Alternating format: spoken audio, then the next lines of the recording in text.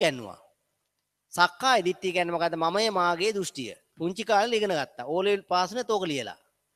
මතක නෑ දැන් ඉතින්. මතක නෑනේ කාලයකට කලින්. මමයේ මාගේ දෘෂ්ටිය කියන්නේ මොකද්ද? සක්කාය දිට්ඨි විචිකිච්ඡා සීලබ්බත පරාමත කාමරාග පටික රූප රාග අරූප රාග මාන උද්දච්ච අවිද්‍යාව කියන එකේ අස්මී මානය කියලා එකක් තියෙනවා. මමයේ මාගේ දෘෂ්ටිය රහත් වෙනකොට කැඩෙන එකක් තමයි සෝවාන් වෙනකොට තන්න දාලා තියෙන්නේ. මජ්ක්‍ධිම නිකාය එකේ චුල්ල වේදල සූත්‍රය ආර්යාවෙනි සත්කාය කියනු ලැබේ භාග්‍යවතුන් වහන්සේ විසින් කවර දහමක් සත්කායයි වදාළද්දේද? ඇවත විශාකේනි භාග්‍යවතුන් වහන්සේ විසින් මේ උපාදානයට ප්‍රත්‍ය වූ ස්කන්ධ පස සත්කායයි වදාළද්දේය. හේ කෙසේ දෙයත් රූප උපාදානස්කන්ධය, වේදනා උපාදානස්කන්ධය, සංඥා උපාදානස්කන්ධයයි, විඥාන උපාදානස්කන්ධයයි කියලා මෙහෙම විස්තර ඇවත විශාකේනේ භාග්‍යවතුන් වහන්සේ විසින් මේ පංච උපාදානස්කන්ධය සත්කායයි වදාළද්දේ වේ. මෙන්න මෙතන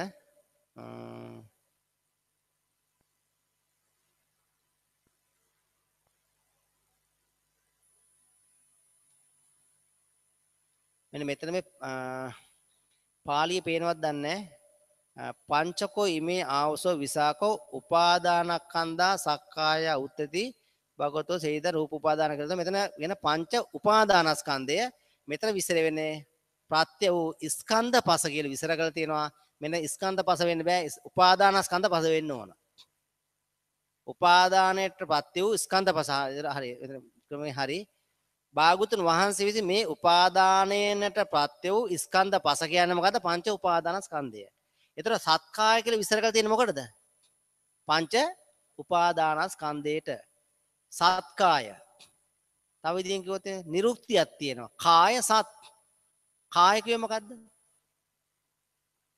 දෙවෙනි කය. ආස්වාද කය. ආස්වාදයේ සත් කියලා ගත්තාම කාය සත් කියන දෘෂ්ටිය තියෙනවා.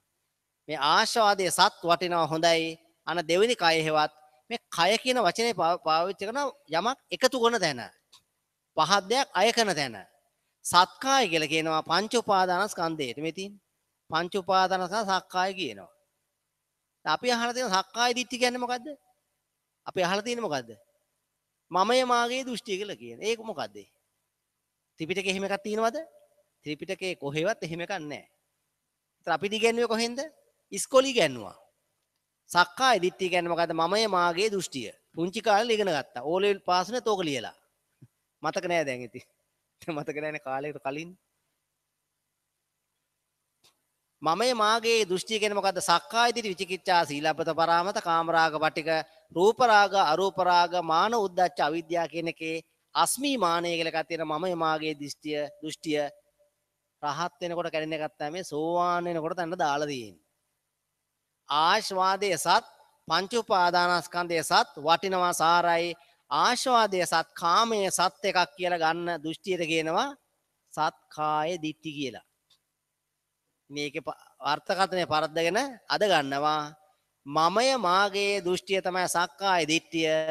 එතකොට සෝතාපන්න වෙච්ච නැතුව කෙනා රහත් වෙන්නේ නැහැ මේ හදාන්නේ. ඇයි? මමය මාගේ දෘෂ්ටිය ප්‍රහීන වෙන්නේ රහත් ඵලයේදී මානුද්දච්ච අවිද්‍යාවල ඒක තියෙන මානවල තියෙන අස්මිමානේ. රහත් ඵලයේ තියෙන අර්ථකථනය අරගෙන දැම්මා සක්කාය දිට්ඨිය වට ජීවිතේ නිවන් දකින්න හම්බෙන්නේ නැහැ.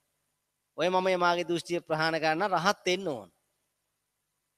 සත්කාය කියන පංච උපාදානස්කන්ධයවත් ආස්වාද කරන සත්කාය. මේක හොඳයි කියන දෘෂ්ටියට ආස්වාද හොඳයි, කාමය හොඳයි, පංච උපාදානස්කන්ධය හොඳයි කියන එකට කියනවා සත්කාය දිට්ඨි. සක්කාය කියන පංච උපාදානස්කන්ධයවත් ආස්වාදයට කියනවා. තේරෙනවනේ? මේ අර්ථකථන වරද්දලා කියපු නිසා මේක අපිට තේරෙන්නේ නැහැ. පිටකෝප දේශයේ මෙන්න මෙහෙම පාඩයක් තියෙන බලමු මේ මොකටද කියලා. එහි පදට්ටාන කවරයත් ඒ සක්කාය දිට්ඨිය සියලු මිත්‍යා දෘෂ්ටියනට පදට්ටානය. සක්කාය දෘෂ්ටියද නාම රූපයට පදට්ටානය. නාම රූපය සක්කාය දිට්ඨියට පදට්ටානය. එහෙනම් සක්කාය දිට්ඨිය සියලු මිත්‍යා දෘෂ්ටිය පදට්ටානයි. සියලු මිත්‍යා දෘෂ්ටියට මුල මොකද්ද? සක්කාය දිට්ඨිය. මිත්‍යා දිට්ඨිය කියන්නේ මොකද්ද? මිත්‍ර වෙන්න ඕන. මිත්‍ර වෙන්න ඕන, බැඳෙන්න ඕන. මිත්‍රයා. මිත්‍යා දිට්ඨිය කියන්නේ මිත්‍ර වීමේ දෘෂ්ටිය. මිත්‍ර වෙන්න ඕන. ඇයි? ඇහැයි රූපයි මිත්‍ර වුණා නම් රූපේ තියෙන ආස්වාද විඳින්න පුළුවන්.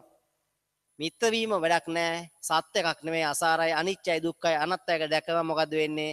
සත්කාය දිට්ඨිය ප්‍රහීනයි. මේකක්වත් සත් නැහැ. ඉතින් ඒක ත්‍රිපිටකයේ අර්ථකථනයක් තියෙනවා. ඔය ඊළඟට එනවා සංයුක්ත නිකායේ 4 සක්කාය දිට්ඨි පහන සූත්‍රය. දැන් මේ හැම වචනයක් ගානේ සූත්‍ර තියෙනවා.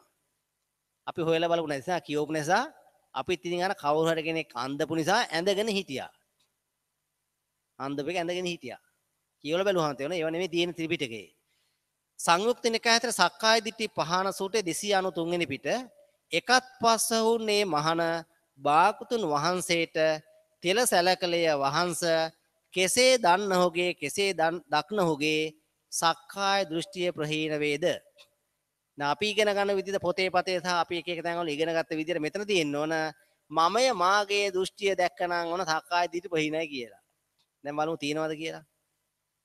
මහාන ඇස දුක් විසින් දක්නහොගේ සක්කාය දක්නහොගේ දන්නහොගේ දක්නහොගේ සක්කාය දෘෂ්ටිය ප්‍රහාණය වේ. රූ දුක් විසින් දක්නහොගේ දන්නහොගේ සක්කාය දිට්ඨිය ප්‍රහීන වේ. චක්කු විඤ්ඤාණය දුක්ඛින් දක්නහොගේ දන්නහොගේ සක්කාය දිට්ඨිය ප්‍රහීන වේ. ඇසේ පහස දුක්ඛින් දන්නහොගේ දක්නහොගේ සක්කාය දිට්ඨිය ප්‍රහීන වේ.